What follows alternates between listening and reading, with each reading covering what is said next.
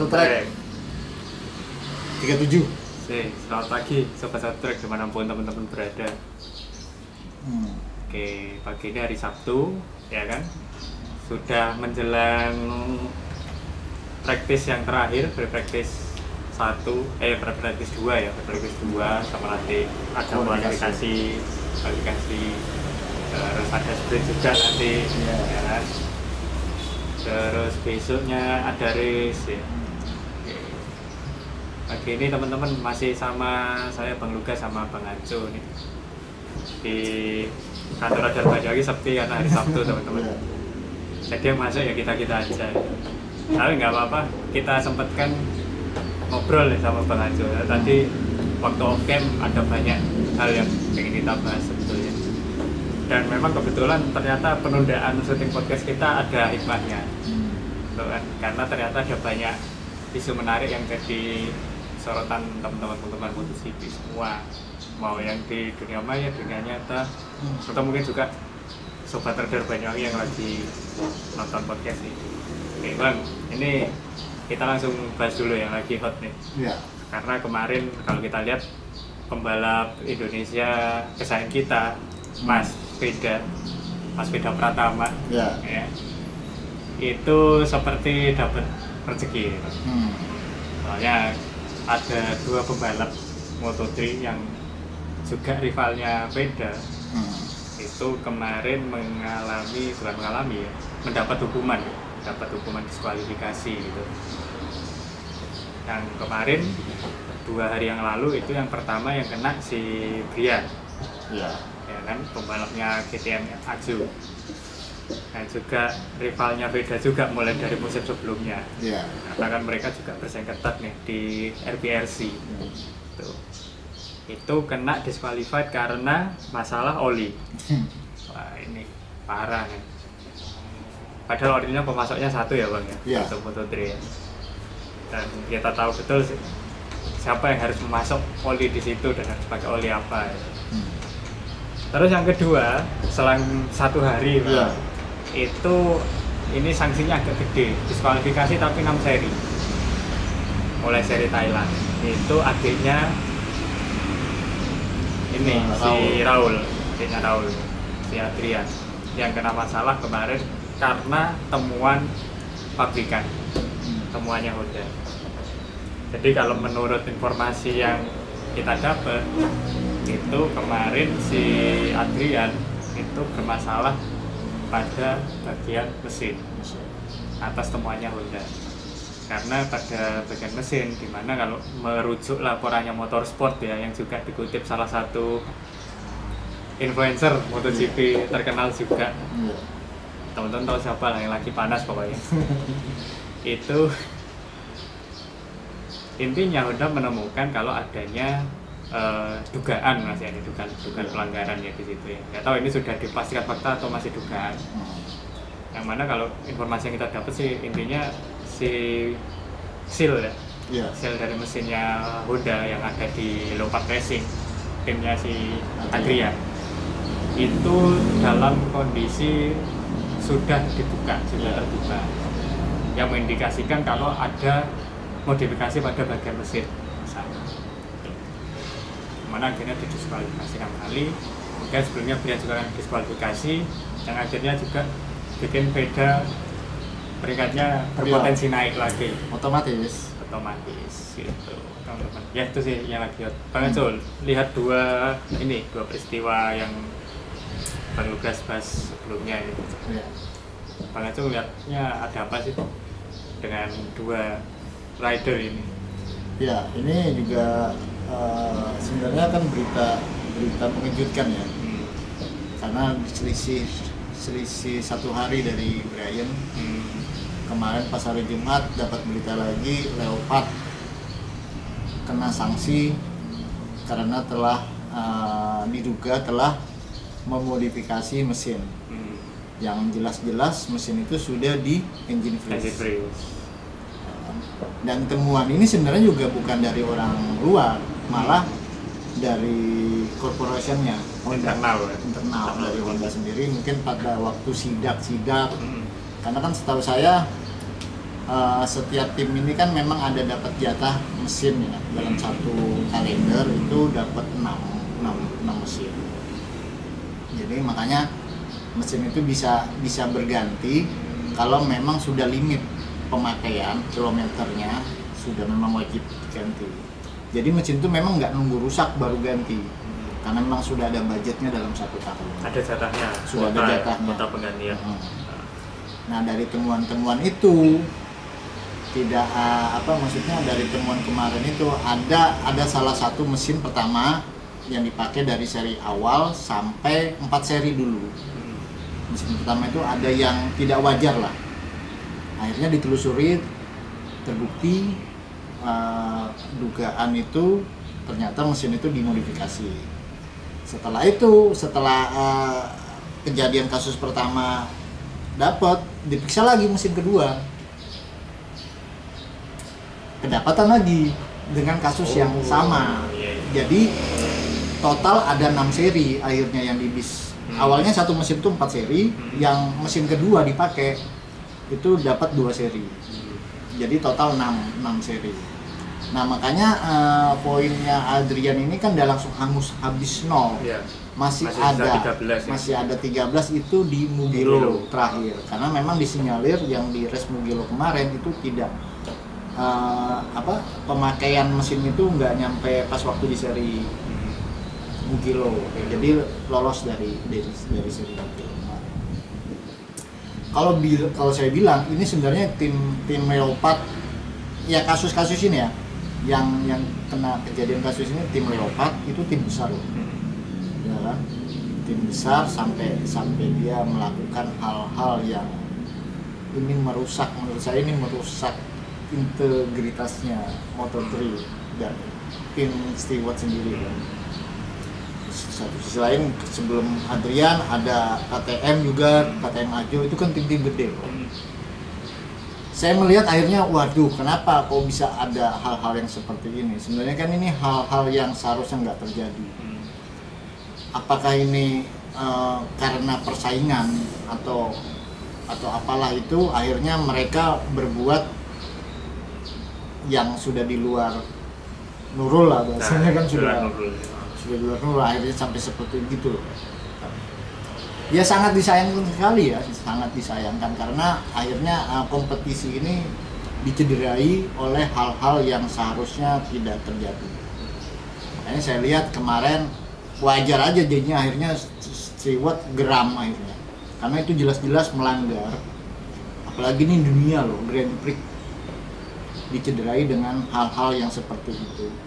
Sangat disayangkan. Ya akhirnya geram sampai, dan ini juga selama Bang Aco nonton balapan MotoGP ini mungkin hukuman yang terberat yang setahu Bang Aco, sampai 6 seri total itu dihanguskan poinnya.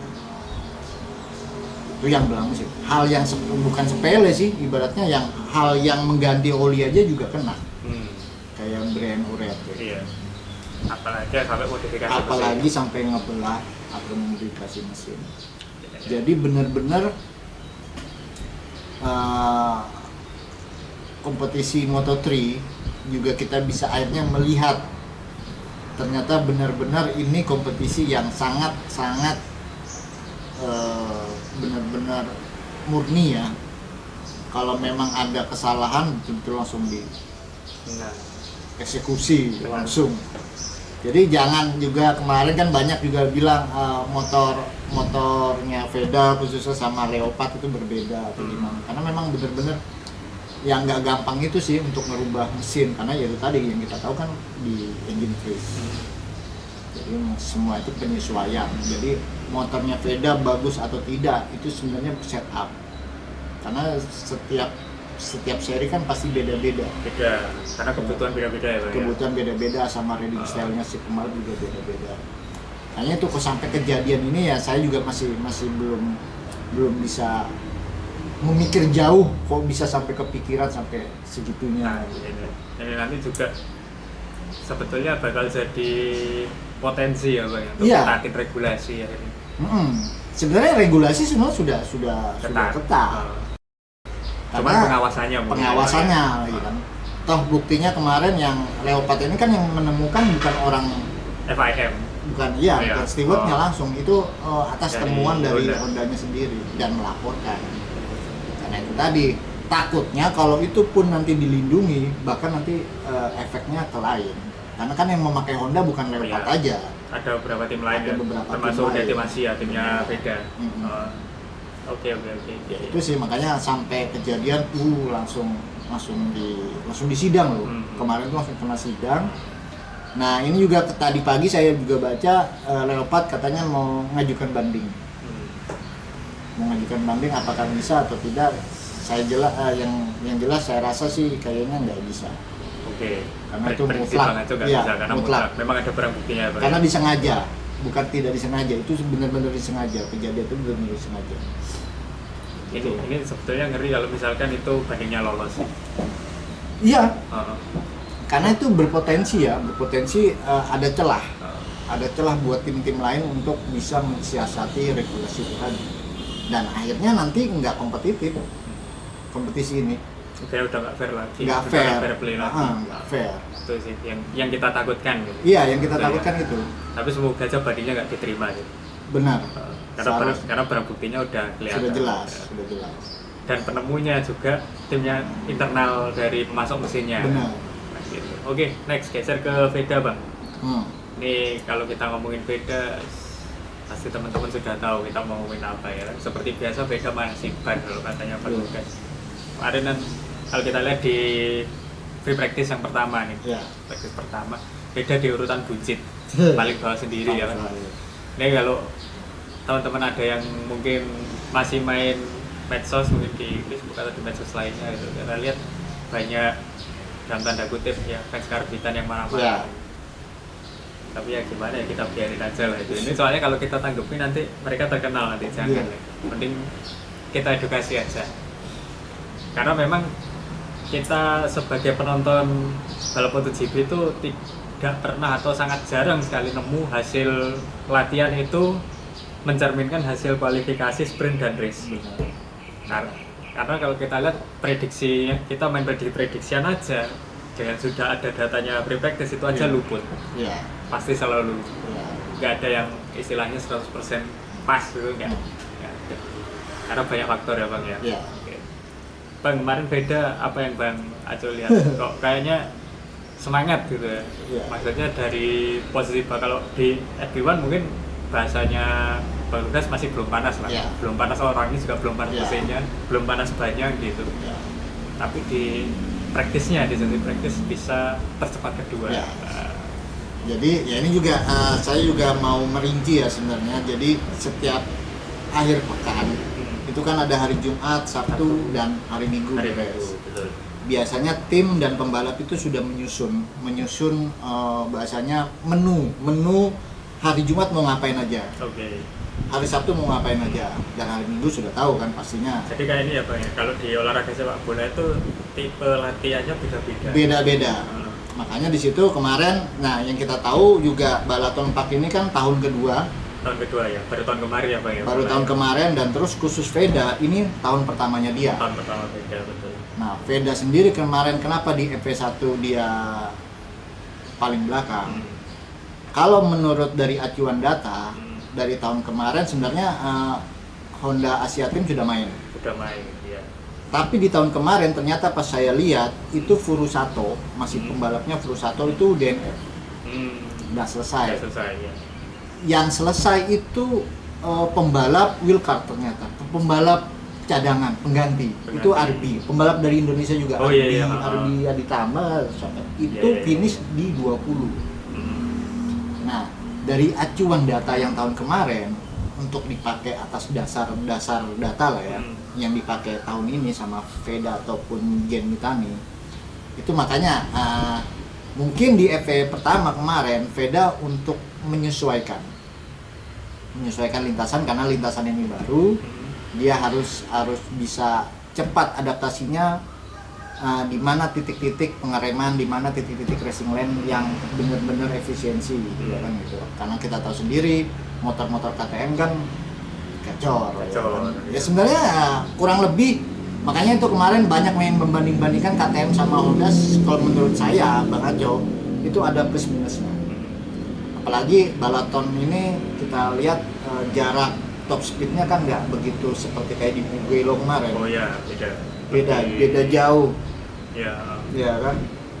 Makanya di sini mungkin ada keunggulan dari NSX-nya Veda dan riding style-nya Veda. Akhirnya chemistry-nya jadi satu, bagus, ketemu lah setup-nya di Balaton ini. Karena yang kita tahu Balaton ini baru sekali buat Veda. Di praktisnya langsung ketemu P2 lolos gitu. Nah itu tadi makanya ada menu untuk di hari pertama, di praktis pertama mungkin yaitu Veda pengenalan, ya kan, pengenalan. Di praktisnya langsung nge-push dapat kualifikasi 2. Jadi istilahnya wis lolos Q2 langsung lolos Q1 langsung Q2 ya, kan. Dan itu catatan waktunya dia 146. Oke. 146 dan selisih sedikit sekali sama Maximo. Kuiles ya. Iya. Kemarin. Oke. Ya itulah, kalau kita ngomongin Veda ya, nggak ada habisnya. Tapi memang ajaib memang. Memang ajaib. Jadi makanya saya bilang kan kemarin juga sempat share di grup. Itu anomali saya bilang. Anomali betul. Karena memang saya lihat di praktis pertama Veda memang betul-betul mengenali sirkuit ya, layoutnya Balaton. Makanya saya lihat wah sangat sekali ini Veda ya kan, sampai langsung gitu jauh sama yang terjadi di pagi hari sama yang di sore itu jauh sekali perbedaannya. Makanya untuk di hari ini di Sabtu ya mungkin nanti di FP2 sebelum kualifikasi mungkin dia melakukan simulasi balapan selama 20 nyampe 20 15 ya, 10 sampai 15 menit nggak sih? Kalau labnya. Jadi dia mungkin nanti menunya hari ini dia simulasi balapan. Kan otomatis dia sudah masuk Q2 kan. Masuk simulasi balapan. Makanya harapannya Bang Aco sebenarnya saya sih berharap Veda masih dianggap sebagai kuda hitam di Balaton pakai supaya nanti tidak banyak yang bahasanya mengincar, ya kan, bahasanya tidak mengincar Veda lah pas nanti di bawah. Karena di belakangnya Veda itu ada Almansa, David Munoz, itu kan juga jago-jago itu ya kan. Tetap mereka pasti yang ngincarnya Quiles. Ya. Tetap saya berharap Veda tetap masih dianggap sama kompetitornya sebagai kuda hitam. Harapannya saya supaya tidak itu tadi. Oke. Supaya tidak jadi incaran lah. Ya, itu tadi. Kalau bisa nanti di kualifikasinya di 55 besar cukup lah. Besar ya. Ya, nggak harus pole. Karena dia sudah dapat race pace-nya. Ya kan, race pace-nya balapan dia sudah dapat nih di hari pertama. Makanya nanti dia pasti simulasi balapan, setup untuk kondisi ban, pakai pemilihan ban, ya kan. Itu aja nanti tugasnya Veda untuk hari ini. Oke, dari kita teman-teman yang masih baru dukung Veda. Udah jangan marah-marah dulu. Iya. Sudah yakin aja sudah ya kan. Yakin aja. Karena kalau kita lihat ke belakang posisinya Veda seenggaknya pasti bisa 10 besar. Iya. Karena sudah race pace-nya kelihatan Veda. Ya, mau kualifikasi dia di depan dia tetap 10 besar, kualifikasi di luar 10 besar pun bisa 10 besar gitu nanti. Karena sampai banyak julukan kita juga ngasih dia sebagai Mr. Sunday. Ya kan, anomali. Ya Ya, kan? Ghost Rider lah ya kan, pembalap hantu tiba-tiba ada di dua loh. Termasuk bocah ajaib dari Gunung Kidul. Iya. Ya. Itu tadi wah hebat. Ya kita doakan, kita tetap dukung aja, nanti kita lihat seperti apa. Mudah-mudahan memang setupnya yang kemarin di praktis memang itu setup yang paling klik buat Veda kan bisa diterapkan nanti. Oke. Bang, ini masih nyambung nih sama dua kejadian sebelumnya. Bang Aco kayaknya memprediksi sesuatu soal Veda dari tadi waktu off cam. Dengan adanya dua ini gimana Bang? Tadi kayaknya Bang Aco ini kayaknya tahun depan udah naik. Nah, dari grafik, ya ini kita ngomong grafik ya. sebelum-sebelumnya kita ada buat podcast ya. Seri pertama atau seri kedua itu kita bilang kan Veda ini cepat atau lambat pasti naik ke Moto2 dalam jangka waktu 2007 atau 2008. Nah, dari analisanya Bang Aco atau feelingnya bisa jadi Veda ini lebih cepat naiknya ke Moto2. Karena kalau lihat dari grafik bisa-bisa dia tahun depan sudah ada di Moto2 loh. Iya.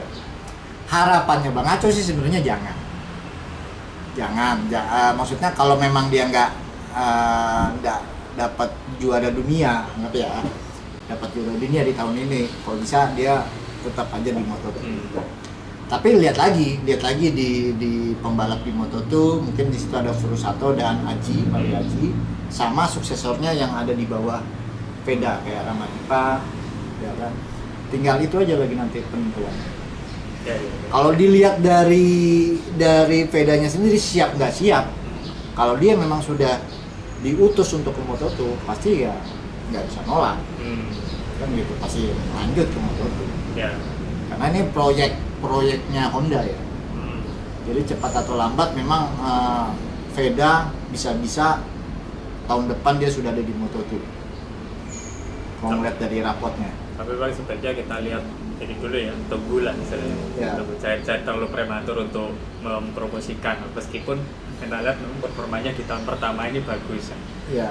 Tapi siapa tahu di tahun kedua karena ada satu lain hal ya kan, yang kita nggak tahu, mungkin performanya bisa turun, bisa tetap, atau mungkin bisa tambah meningkat, dan itu nanti yang mungkin bisa jadi patokan lebih buat promosi. Karena harapannya kan kayak Kuwiles aja kan ini tahun kedua di Moto3.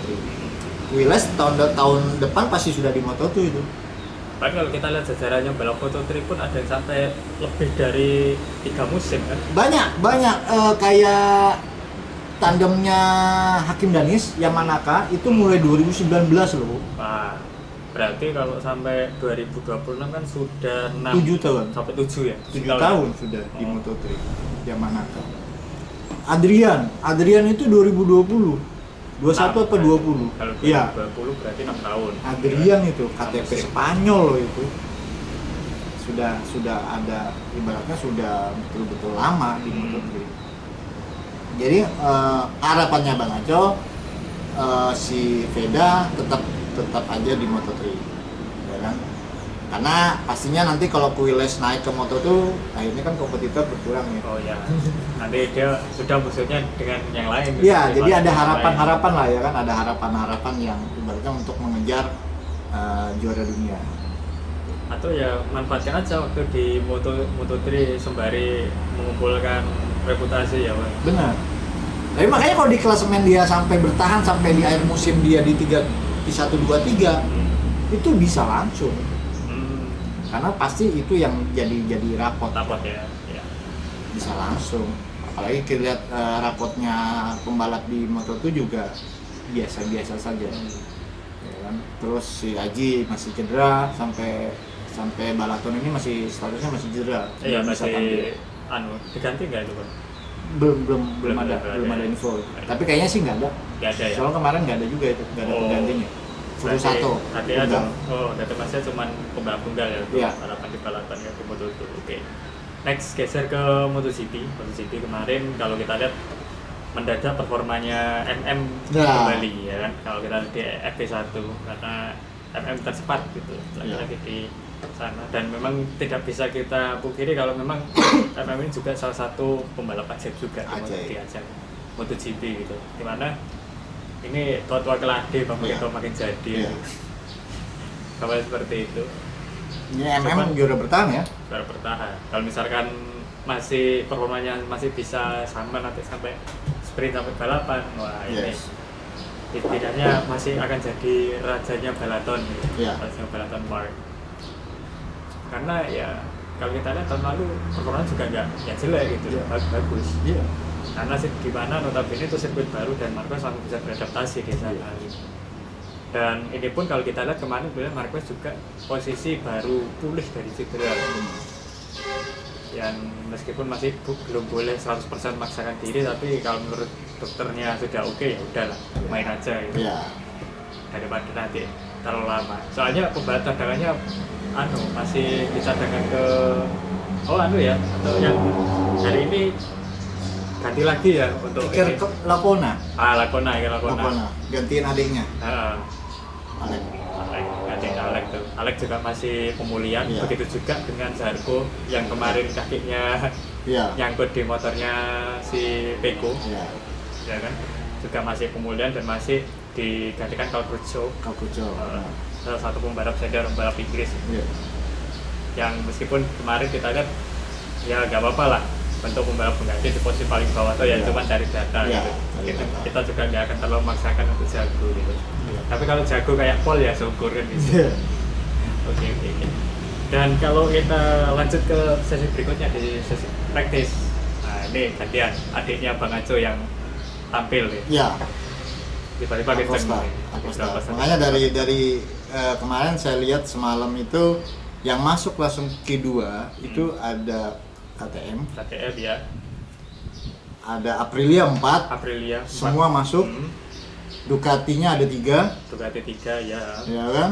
Minus si ini enggak sih? Ducatinya itu Digia, Aldeguer sama Iya. MM. Sama MM.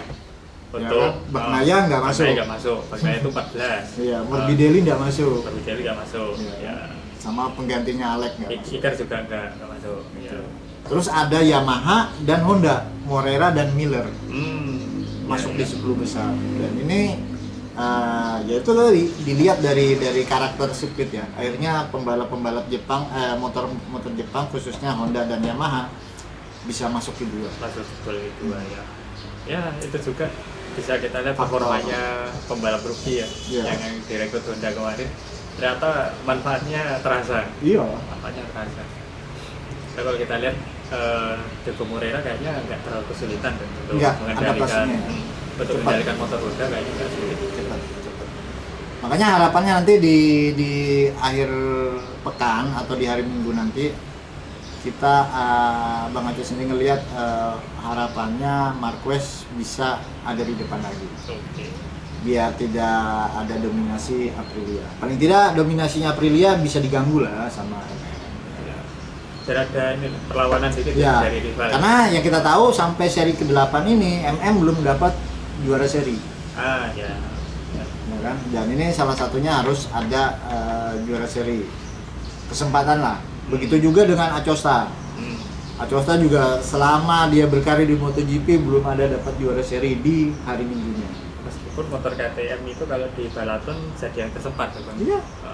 Masih jadi yang Ini kesempatannya Aco juga ini untuk akhir pekan balaton ini. Iya. Harus bisa membuktikan dia dapat juara seri. Ya itu nanti kita buktikan aja karena masih ada 3 sesi yang belum berlangsung ya. Iya. Masih ada pre-practice yang kedua, kemudian kualifikasi. Nanti juga ada sprint, Sprint. Iya. terus besok ada race, terus nanti akan kelihatan lah siapa yang akan nongol gitu, yang akan jadi penguasa di balapan untuk musim ini.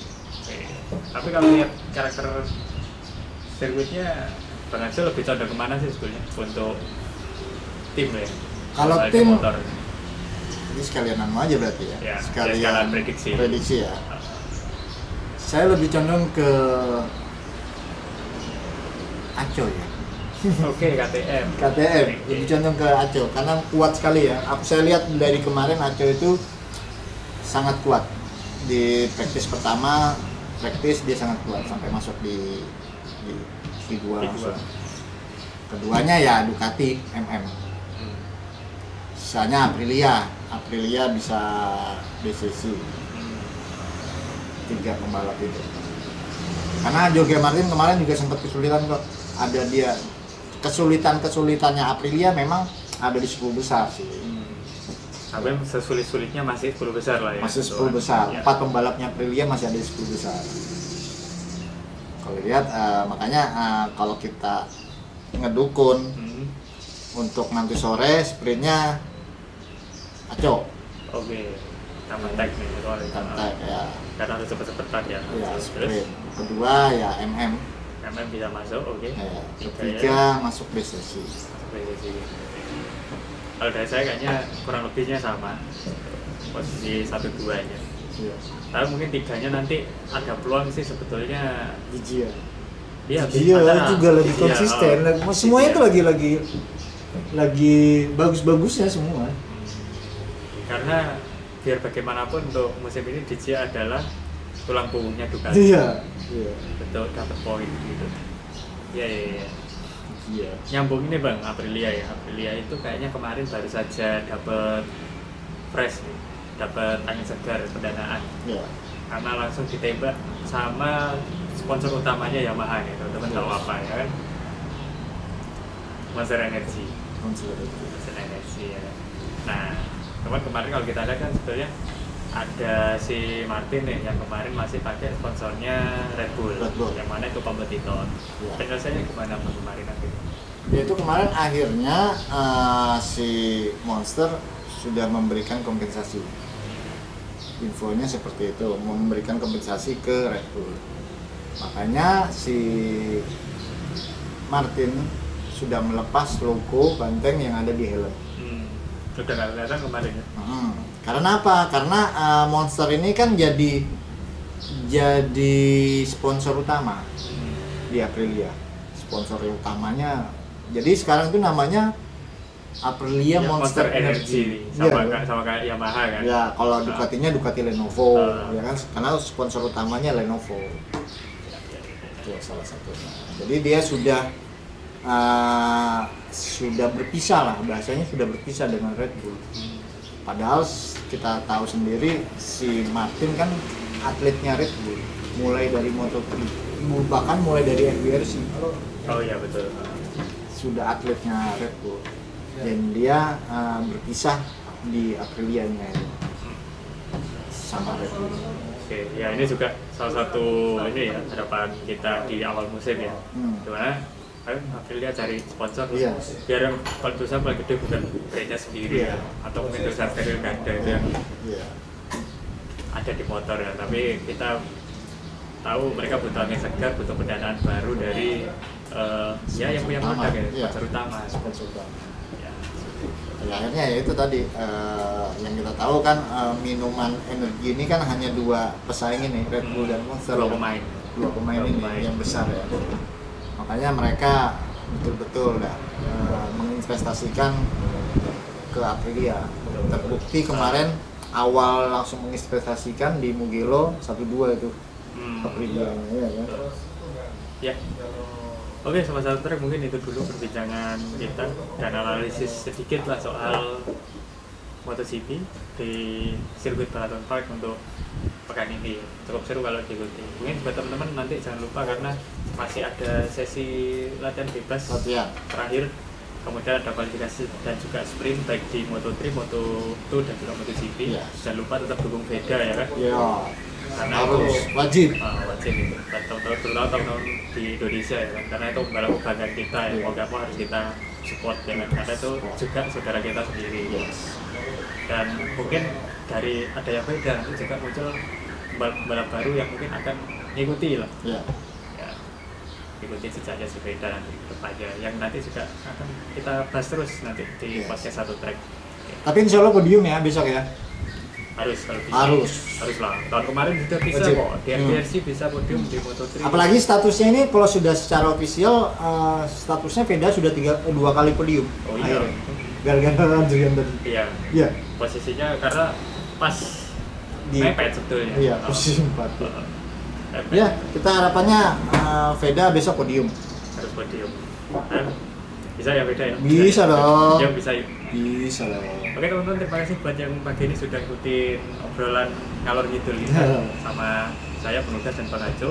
Sampai jumpa di podcast berikutnya. Buat teman-teman yang mungkin punya pendapat ikut sharing, silakan tulis saja di kolom komentar. Jangan lupa kasihkan like dan share-nya buat sebarkan ke teman-teman kalian yang mungkin masih belum kenal juara ajang balap dunia MotoGP. Boleh lah kalian langsung. Oke Bang Ajo, terima kasih. Kita nanti ketemu lagi pekan depan buat bahas post race ya. Post race dan juga prediksi next race ya. Misalkan dekatan. Itu dulu seperti biasa kita tutup salam track.